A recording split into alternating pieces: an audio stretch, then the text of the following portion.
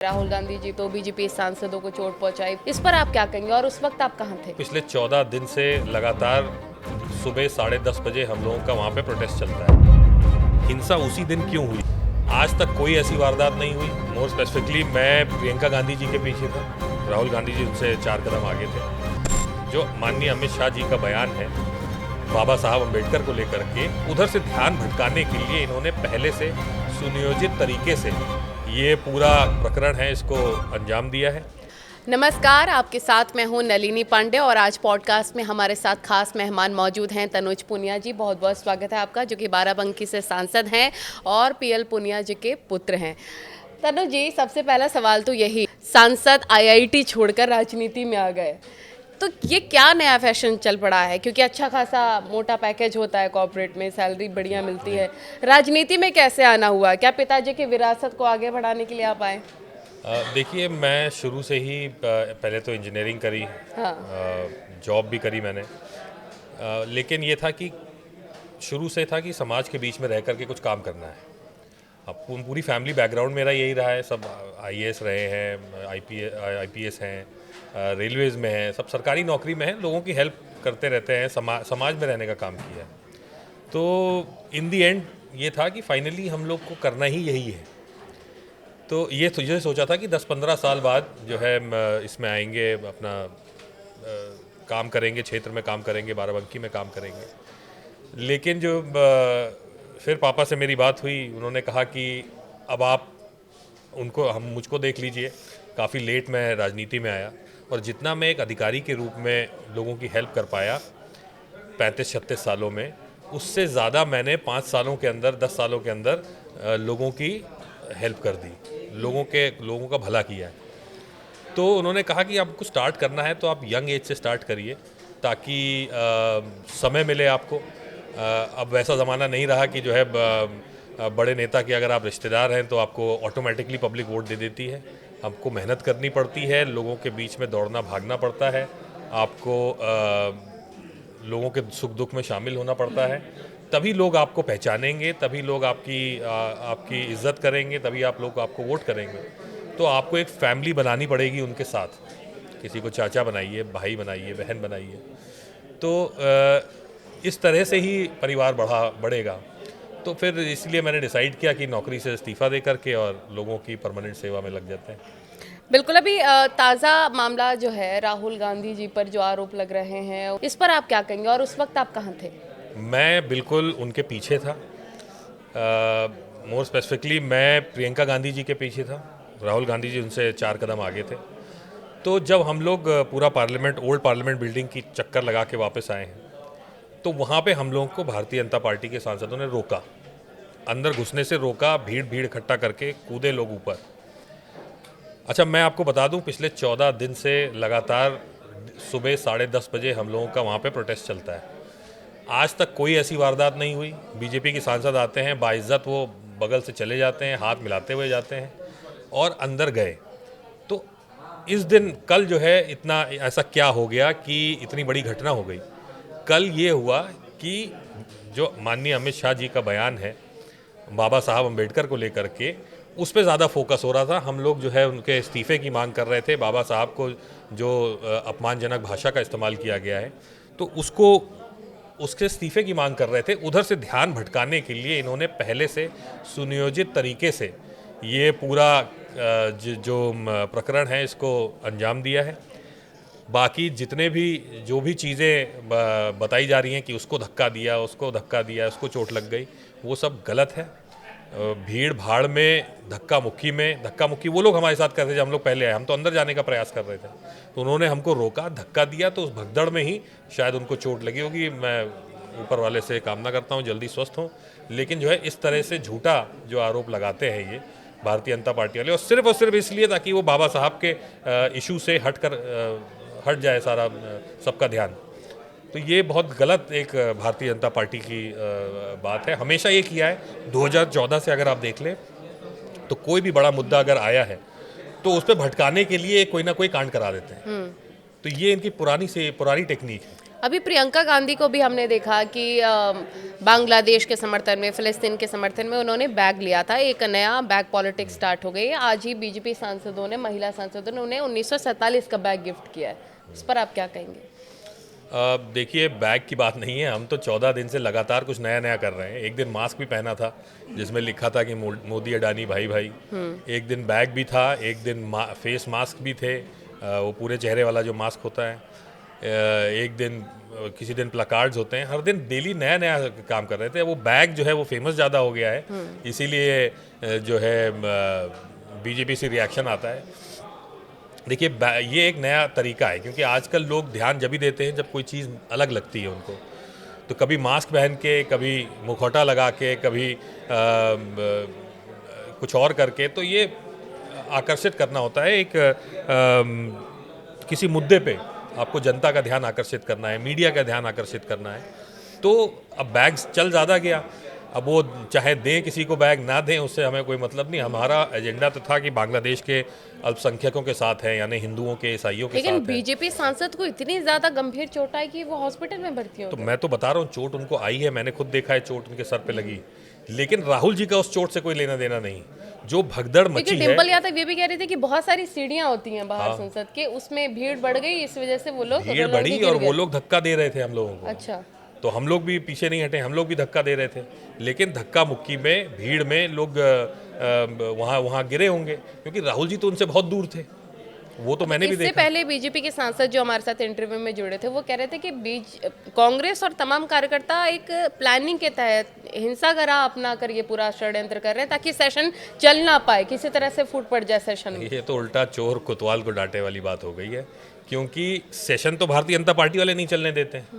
भाई, निशिकांत दुबे जी माननीय सांसद हैं, वो डेली उनका क्वेश्चन में, बैलेट में नाम निकल आता है, और डेली वो जॉर्ज सोरोस को निकाल के बैठते हैं, आरोप लगाते हैं, गद्दार बोलते हैं राहुल गांधी जी को। तो हमारे नेता के खिलाफ कोई ऐसी भाषा बोलेगा तो हम चिल्लाएंगे नहीं।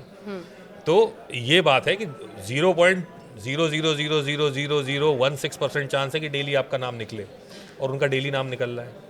तो ये एक बहुत बड़ी बात है कि किस तरह से निशिकांत दुबे सबसे पहले खड़े हो जाते हैं क्वेश्चन आवर के बाद, और वो सवाल उनका यही होता है। और ऐसा ही काम संबित पात्रा जी का भी नंबर लगता है। तो वो विपक्ष को भड़काने का काम कर रहे हैं। वही नहीं चाहते हैं कि संसद भवन चले।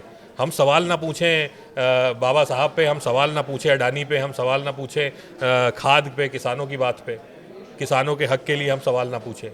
तो ये सब बयान तो वो खुद ही कर रहे हैं, वो खुद ही चाहते हैं। और हमको तो पता भी नहीं था कि भारतीय जनता पार्टी का प्रदर्शन है वहाँ पे, जो ये कल वाली बात पे।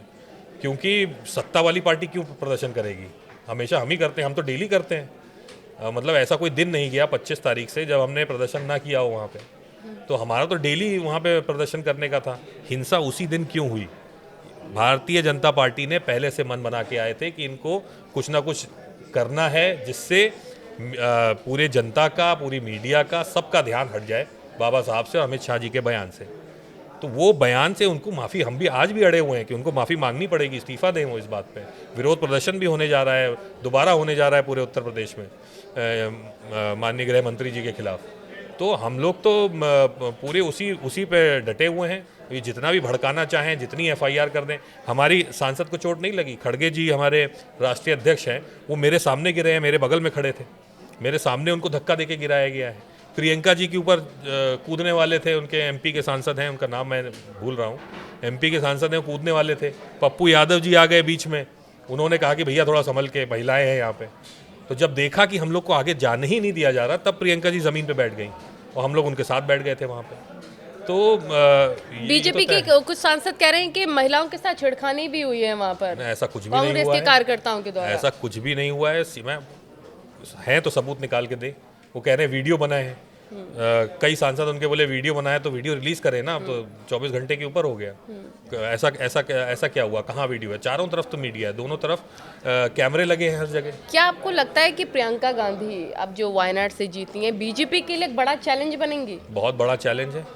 बीजेपी तो डर रही है कि प्रियंका गांधी जी को बोलने का मौका ना मिले, क्योंकि पहला उनका भाषण है, आपने सुना होगा, तो वो बहुत अच्छा बोली। मेन मुद्दे जितने हैं उत्तर प्रदेश के हों चाहे पूरे देश के हों, सारे मुद्दों पे उन्होंने सीधा प्रहार किया। सवाल पूछे सरकार से, सरकार के पास कोई जवाब नहीं उनके लिए। मेरा ये कहना है कि मतलब प्रियंका गांधी जी का आने से हमारा बल बढ़ा है।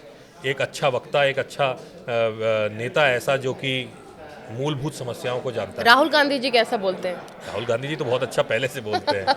आपने देखा होगा इसमें उसकी उनकी वैरायटी चेंज हो गई है, काफ़ी अच्छा बोलने लग गए हैं।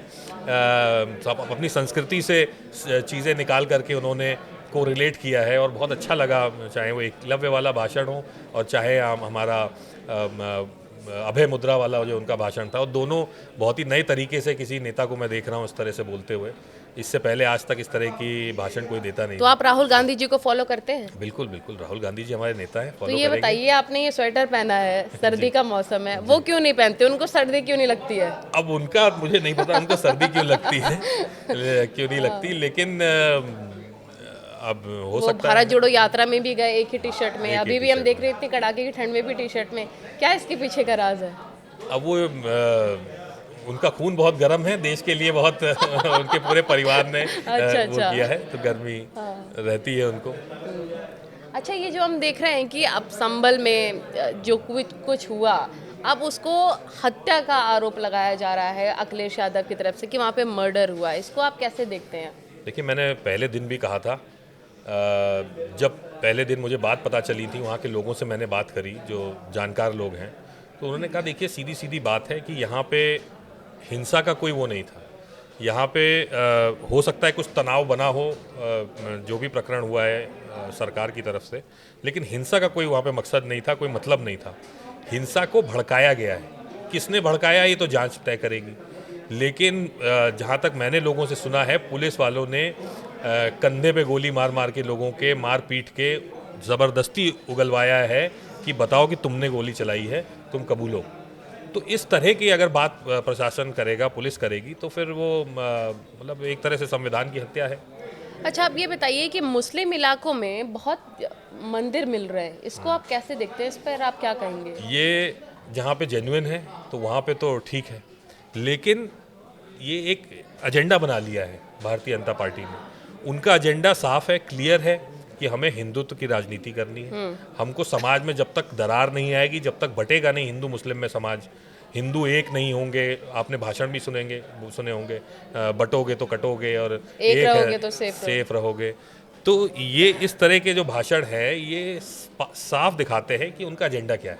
एजेंडा है कि हिंदुओं को अलग करिए, मतलब जो भारतीय की आइडेंटिटी है वो भारतीय की आइडेंटिटी ना रहे, वो हिंदुत्व की आइडेंटिटी हो जाए। दूसरी तरफ ये बाबा साहब की बात करते हैं, जिन्होंने साफ साफ कहा था कि भारत जो है वो कभी हिंदू राष्ट्र नहीं बन सकता है। जिस दिन इस डायरेक्शन में जाएंगे उस दिन सब बर्बाद हो जाएगा, उन्होंने खुद कहा है। और एक तरफ माननीय प्रधानमंत्री जी, गृह मंत्री जी, रक्षा मंत्री जी और तमाम इनके मंत्री बाबा साहब का नाम ले रहे हैं, और दूसरी तरफ ये समाज में दरार पैदा करने की कोशिश कर रहे हैं, समाज को बांटने का काम कर रहे हैं। तो जो इनका हिंदुत्व का एजेंडा है, वो उस एजेंडे पे ये लोग अपना काम कर रहे हैं, उसी पे इनको वोट मिल रहा है। अब हिंसा होगी तो जाहिर सी बात है लोग नाराज़ होंगे, कुछ दोनों जगह लोग दुख लेकिन तो आप होगा लोगों ने भी तो एक नैरेटिव चलाया था ना इस बार के चुनाव में कि संविधान बदल दिया जाएगा, बीजेपी ऐसी कोशिश कर रही है, वो काम भी आया। और क्या आगे भी यही नैरेटिव रहेगा? देखिए, संविधान के लिए हम लोगों ने जब से शुरू से ही ड्राफ्टिंग कमेटी का चेयरमैन जब बनाया बाबा साहब को, कॉन्स्टिट्यूएंट असेंबली ने, महात्मा गांधी जी ने, नेहरू जी ने, तो उस समय जो है बाबा साहब ने स्वयं कहा था कि मुझे लगा कि मुझे साधारण सदस्य के रूप में बुलाया जा रहा है, लेकिन मुझे ड्राफ्टिंग कमेटी का चेयरमैन बना दिया। ये मेरे लिए एक बहुत सरप्राइज़ की बात है, बहुत अचंभे की बात है। उस ज़माने में आप जान ही रहे हैं कि सोशल स्टिग्मा कितना था अनुसूचित जाति के लोगों के साथ, जनजाति के लोगों के साथ, लेकिन फिर भी उन सबको तोड़ते हुए संविधान की सुरक्षाओं के पहले उनको ऐसी जिम्मेदारी दी गई, उनकी योग्यता को देखते हुए। तो बाबा साहब का सम्मान उस समय से है, आज भी है। और जब ये नैरेटिव सेट हुआ है तो ये नैरेटिव हवा में तो सेट नहीं हुआ, इन्हीं के लोगों ने कहा 400 पार। फिर उसका स्पष्टीकरण इन्हीं के सांसदों ने दिया। 2 सांसद थे स्पेसिफिकली, अनंत हेगड़े और लल्लू सिंह अयोध्या वाले, कि 400 आप सीटें दीजिए, हम संविधान बदल देंगे। तो जब इन्हीं के सांसद कह रहे हैं तो जाहिर सी बात है कि हम लोग संविधान को मानने वाले लोग हैं, बाबा साहब को मानने वाले लोग हैं, हम तो उसमें निकलेंगे ही संविधान बचाने के लिए। अब वो कह रहे हैं कि आपका INDI ये गठबंधन हरियाणा में भी फेल हुआ, महाराष्ट्र में भी, यूपी में भी कुछ नहीं हो पाया, तो ये इसके पीछे की वजह क्या लग रही है आपको? ये गठबंधन का फेलियर नहीं है। हाँ। यहाँ पे इंटरनल जो है बातचीत चल रही है, जांच चल रही है, लेकिन जो निकल करके आया, जो गुटबाजी होती है, उसकी वजह से लॉस हुआ है और पब्लिक में हम लोग अपनी बात नहीं रख पाए। सेंटर से जो बात निकल के आई, चाहे संविधान की बात हो चाहे और कोई बात हो, तो वो हम लोग ग्राउंड तक नहीं ले जा पाए। जो वादे हमने किए हैं वो ग्राउंड तक नहीं ले जा पाए। जितने सक्सेसफुली हम लोकसभा में ले गए या फिर और जगह ले गए हैं, और स्टेट्स में हिमाचल फॉर एग्जांपल ले गए, तो उसकी कमी की वजह से, हरियाणा में संगठन की कमी की वजह से जो लॉसेस हुए हैं, तो इसको हम नैरेटिव पे नहीं डाल सकते हैं, क्योंकि उसी समय हाँ, महाराष्ट्र में एक बाई इलेक्शन हुआ, सारी विधानसभा हारी लेकिन लोकसभा वो जीत के आए। तो ये क्या बताता है कि लोकसभा का हमारा एजेंडा हमने ग्राउंड तक ले गए, लेकिन विधानसभा में हम नहीं ले जा पाए। तो इसमें जांच होगी, जो जिम्मेदार होंगे उनके खिलाफ एक्शन भी होगा। दलित वोटरों को जोड़ने के लिए आपको एक बड़ी जिम्मेदारी मिली है, इसे आप कैसे पूरा करेंगे? इसमें देखिए, जो हमसे बिछड़ गए थे, पहले ट्रेडिशनल वोट बैंक ये कांग्रेस पार्टी का हुआ करता था, जितने भी अनुसूचित जाति के लोग हैं हमारे साथ हुआ करते थे, लेकिन हमारी कमी की वजह से कह लीजिए, हमारी गलतियों की वजह से कह लीजिए, वो हमसे बिछड़ गया और उसमें बहुजन समाज पार्टी ने स्पेस बनाया।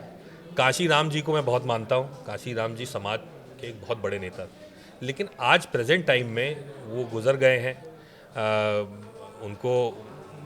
उनके बनाए हुए मिशन जो था, जिस तरह से उन्होंने गांव-गांव काडर बनाया, जिस तरह से गांव-गांव उन्होंने काम किया, जागरूक करने का काम किया, बाबा साहब के बाद अगर किसी ने किया है तो मैं काशीराम जी को मानता हूँ। लेकिन जिस तरह से मौजूदा बहुजन समाज पार्टी ने ज़मीनी मुद्दे छोड़ दिए, ज़मीन से दूर हो गई, लोगों के इश्यूज से दूर हो गई है, तो अब कौन लड़ाई लड़ेगा उनकी? तो हम लोग ये चाहते हैं कि चाहते क्या है, करने का प्रयास कर रहे हैं कि हम लोग दलित समाज के साथ खड़े रहें और कांग्रेस में नेता बनने की बजाय, देश का नेता बनने की बजाय अपने समाज का अगर नेता बन पाए तो वही सबसे बड़ी उपलब्धि हमारे लिए होगी।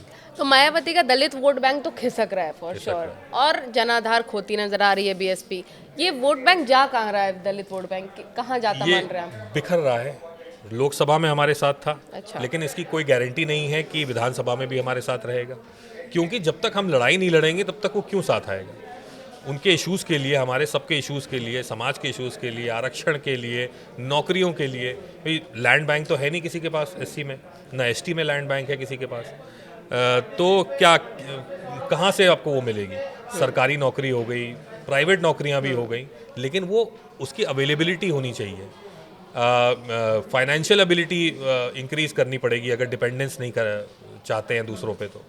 तो इस तरह से हम लोग ये मूल जो लड़ाई है ना, पैसे की लड़ाई है, ज़मीन की लड़ाई है, नौकरी की लड़ाई है, शिक्षा की लड़ाई है, स्वास्थ्य की लड़ाई है, ये लड़ाई लड़ने के लिए हम लोग समाज में उतरेंगे। लेकिन चंद्रशेखर रावण भी उभरते हुए नेता हैं उत्तर प्रदेश में, उनको आप कैसे देखते हैं? देखिए, मेरे मित्र भी हैं और बहुत अच्छे समाज में काम करते हैं वो, और उनके भाषण भी मैंने सुने हैं, उनका काम भी मैंने देखा है, तो बहुत अच्छे हैं। लेकिन क्योंकि अब वो है तो अभी विपक्ष में ही साथ में, लेकिन हम लोग प्रयास करेंगे कि कांग्रेस पार्टी की तरफ हमारे समाज के लोग आएँ। समाज के लिए जो बेहतर करेगा, चाहे BJP का ही क्यों ना वो समाज का व्यक्ति हो, उसकी भी मैं तारीफ़ करूँगा, और जो भी समाज के लिए काम करेगा उसकी तारीफ़ करूँगा, और हम लोग भी वही करने को उतर रहे हैं। जी, संभल हिंसा को लेकर जबरदस्त बयानबाजी हुई, राहुल गांधी भी परिवार वालों से मिलने के लिए पहुंचे, लेकिन इसके पीछे की हकीकत क्या मानते हैं आप? देखिए, हकीकत ये है कि कहीं ना कहीं तनाव होगा, जहाँ पे आप मस्जिद के अंदर मंदिर निकालेंगे, जहाँ या मंदिर के अंदर मस्जिद निकालेंगे, तनाव तो होगा, लेकिन ये तनाव का फ़ायदा राजनीतिक अगर रूप से उठाया जा रहा है, राजनीतिक लाभ के लिए अगर फ़ायदा उठाया जा रहा है, तो यहाँ कहीं ना कहीं हमारे नेताओं की कमी है। सत्ता पक्ष से मैं बस यही कहना चाहता हूँ कि हमारा जो संविधान है, हमारे जितने कानून हैं, ये इसलिए बने हैं ताकि हमारा देश, क्योंकि एक यूनिटी एंड डाइवर्सिटी माननीय प्रधानमंत्री जी ने ही बोला था, अपने भाषण में बोल रहे थे, इसी बार के भाषण में, संविधान के भाषण में। तो अगर इस डाइवर्सिटी को हम नहीं बचा पाएंगे तो हम एक बहुत अहम वैल्यू जो है हमारे भारत की, उसको लूज़ कर देंगे। तो इसको हमको बचाना है आज। और ये जो हिंदुत्व का एजेंडा है, ये मेरा निवेदन है भारतीय जनता पार्टी से, इसको ड्रॉप कर दें। अगर इसको ड्रॉप कर देंगे तो हो सकता है कि 10-12 साल और सरकार चल जाए, नहीं तो हम बहुत जल्दी आने वाले हैं। संभल में भी हम देख रहे हैं कि आज ही गुपचुप तरीके से एएसआई सर्वे हुआ, 6 बजे से सर्वे स्टार्ट हुआ, अब कंप्लीट हो गया। वहाँ पर गणेश जी की मूर्ति मिल रही है, कार्बन डेंटिंग में कई सबूत मिल रहे हैं मंदिर होने के, इस पर आप क्या कहेंगे? अगर मिल रहे हैं तो अच्छी बात है। लेकिन जो है प्लेसेस ऑफ वर्शिप एक्ट के तहत मैं ये नहीं चाहूँगा व्यक्तिगत रूप से कि कोई भी धार्मिक स्थल हो, चाहे मंदिर हो चाहे मस्जिद हो, उसको गिराया जाए। तो अगर मिला है तो उसको निकाल करके कहीं और स्थापित कर दें, अच्छी जगह ढूंढ के और विशाल भव्य मंदिर बनाएं। लेकिन उसी जगह करेंगे तो तनाव बढ़ेगा ही बढ़ेगा। और जो कुछ लोग हैं ऐसे जो राजनीतिक रूप से उसका लाभ भी उठाने का प्रयास करेंगे, तो समाज में ध्रुवीकरण ना हो, अमन शांति रहे, यही हम लोग का प्रयास है। अगर वहाँ मिला है तो बहुत अच्छी बात है, मिला है तो उसको निकाल करके अच्छी जगह स्थापित करें, अच्छा बढ़िया मंदिर, भव्य मंदिर बनाएं और बड़ा मंदिर बनाएं। आगे दिल्ली चुनाव भी है, इसमें कौन सी बड़ी जिम्मेदारी आप अपने आप को मिलता देख रहे हैं? सारे कांग्रेसियों की जिम्मेदारी होगी इस बार। सब आएंगे दिल्ली और पूरी कोशिश रहेगी कि जो है इस बार सरकार कांग्रेस की बने।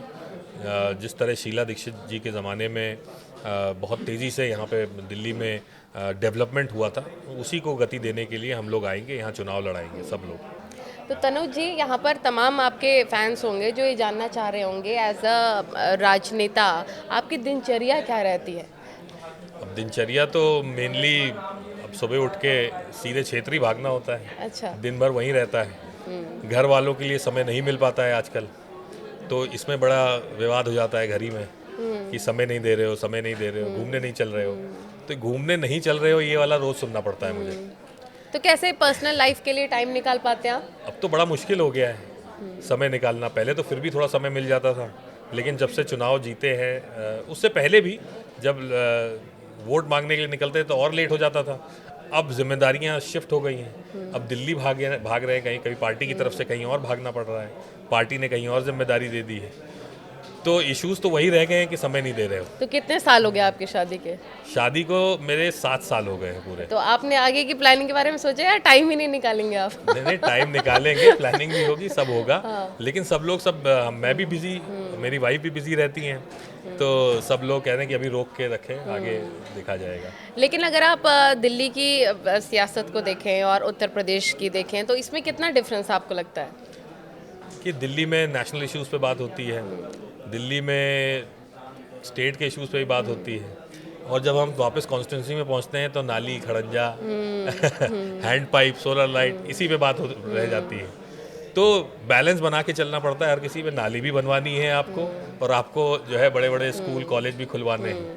बाराबंकी जो कि काफ़ी जाना माना शहर जहाँ से आप सांसद हैं, वहाँ की अगर महिलाओं की बात करें, वहाँ के रूरल एरियाज़ की बात करें, वहाँ के डेवलपमेंट के लिए आप क्या कार्य कर रहे हैं?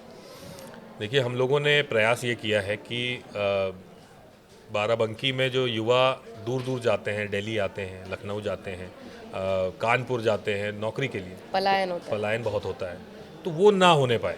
तो वहाँ सोच रहे हैं कि इंडस्ट्रीज़ थोड़ी और खुल जाएँ। काफ़ी खुली भी हैं, लेकिन हम लोग का प्रयास है कि वहाँ थोड़ी और खुल जाए। किसानों का एक 83% जो है वहाँ पे किसान हैं, हमारे ज़मीन से जुड़े लोग हैं। किसानों के लिए बहुत कुछ करें। मैंने पार्लियामेंट में क्वेश्चन भी उठाया था, जिसका माननीय वित्त मंत्री जी ने स्वयं जवाब दिया। मेंथा, पेपरमेंट हमारे यहाँ होता है, बहुत बड़ी एक फसल है हमारे यहाँ। 70% जो इंडिया में पैदा होता है बाराबंकी से पैदा होता है, और क्वालिटी भी बहुत अच्छी होती है। तो उस पर 12% GST लगा हुआ था, किसान जो बना रहे हैं।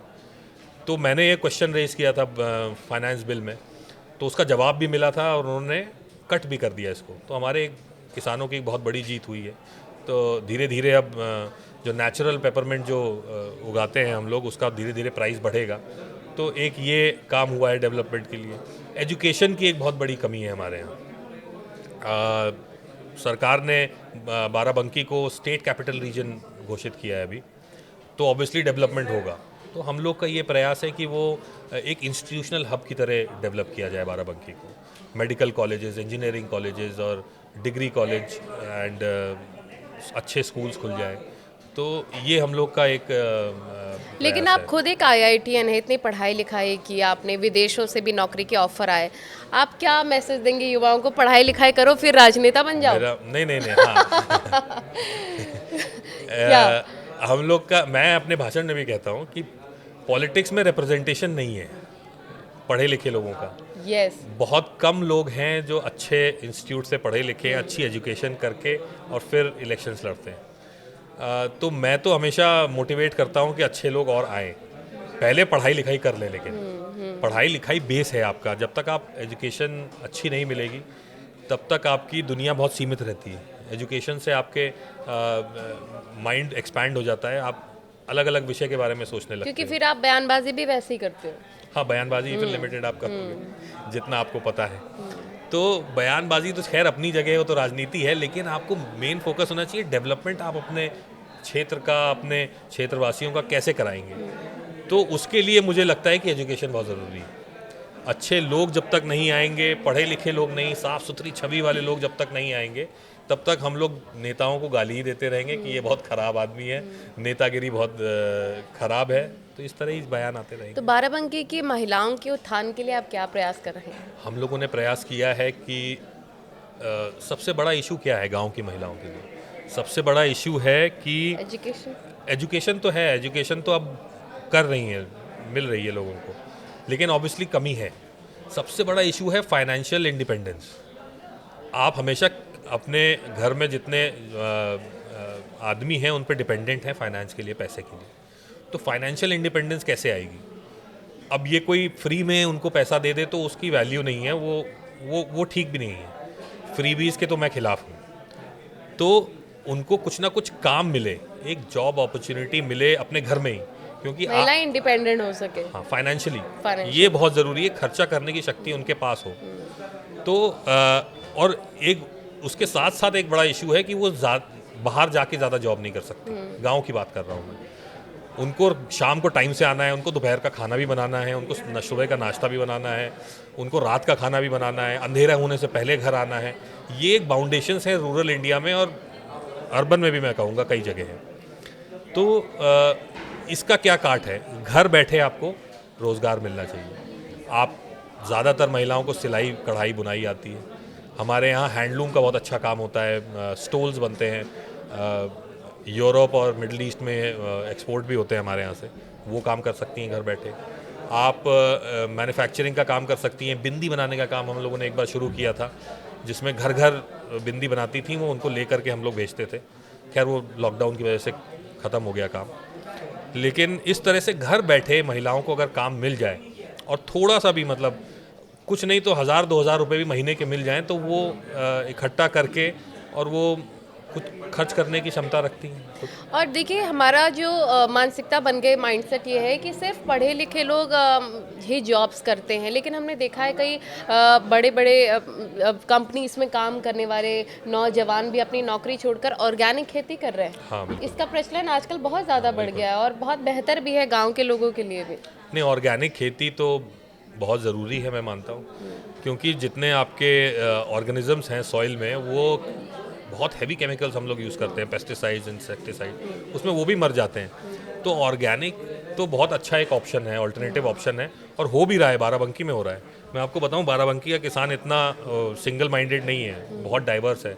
हमारे यहाँ स्ट्रॉबेरीज होती हैं, ड्रैगन फ्रूट भी होता है, रास्पबेरीज, हर तरह की मिट्टी अच्छी है। हाँ, मिट्टी अच्छी है, और लेकिन किसान ओपन माइंडेड है, अच्छा अच्छा। कुछ भी उगाने को तैयार है। हो रहा है ऑर्गेनिक खेती भी काफ़ी हो रही है। मैं काफ़ी सारे उसमें बाराबंकी में ही उसमें कन्वेंशंस में गया, लोकल कन्वेंशंस जो गांव लेवल के हैं, जिसमें ऑर्गेनिक खेती हो रही थी। दाल से लेकर सब कुछ ऑर्गेनिक, मिलेट्स सब ऑर्गेनिक बन रहा था वहाँ पे, सब्जियाँ ऑर्गेनिक थी।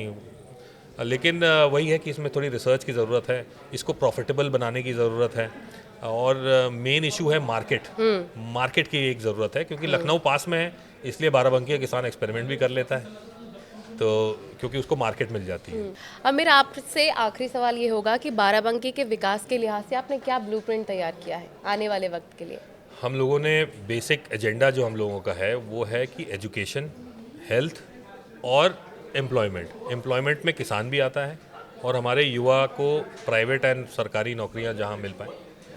एजुकेशन में हम लोग ये चाहते हैं कि हर ब्लॉक में एक डिग्री कॉलेज हो जाए। डेवलपमेंट ब्लॉक्स जो हैं, विकास खंड जिसे कहते हैं, तो अच्छा खासी आबादी है उसकी, और युवा बहुत ज़्यादा है हमारे यहाँ। और बहुत ज़्यादा लखनऊ में किसी भी आप रेस्टोरेंट में चले जाइए, आपको वेटर बाराबंकी का मिलेगा लखनऊ में। तो वो वेटरगिरी क्यों कर रहा है? वो और भी टेक्निकल में जा सकता है, वो और भी फील्ड्स में जा सकता है, अगर उसको अपॉर्चुनिटी मिले और घर में अपॉर्चुनिटी मिले।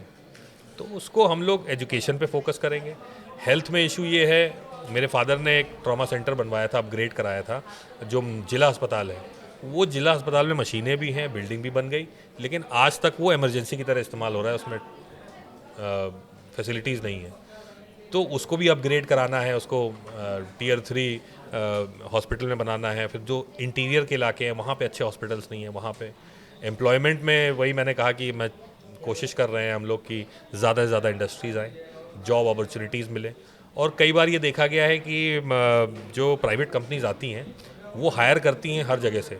तो हम लोगों का ये प्रयास है कि कम से कम कुछ परसेंटेज वो बाराबंकी के युवाओं के लिए आरक्षित कर लें, कि मतलब कौशल की कमी नहीं है हमारे यहाँ, पलायन भी रुक सकेगा। पलायन भी रुक सकेगा। तो ये थे हमारे साथ तनुज पुनिया जी, जिन्होंने विस्तार से हर मुद्दे पर अपनी बात रखी है, जिनको दलित वोट बैंक को जोड़ने के लिए भी एक बहुत बड़ी जिम्मेदारी इनकी पार्टी के भीतर मिली है, जिन्होंने हर मसले पर विस्तार से बातचीत की। बहुत बहुत शुक्रिया आपका जुड़ने के लिए।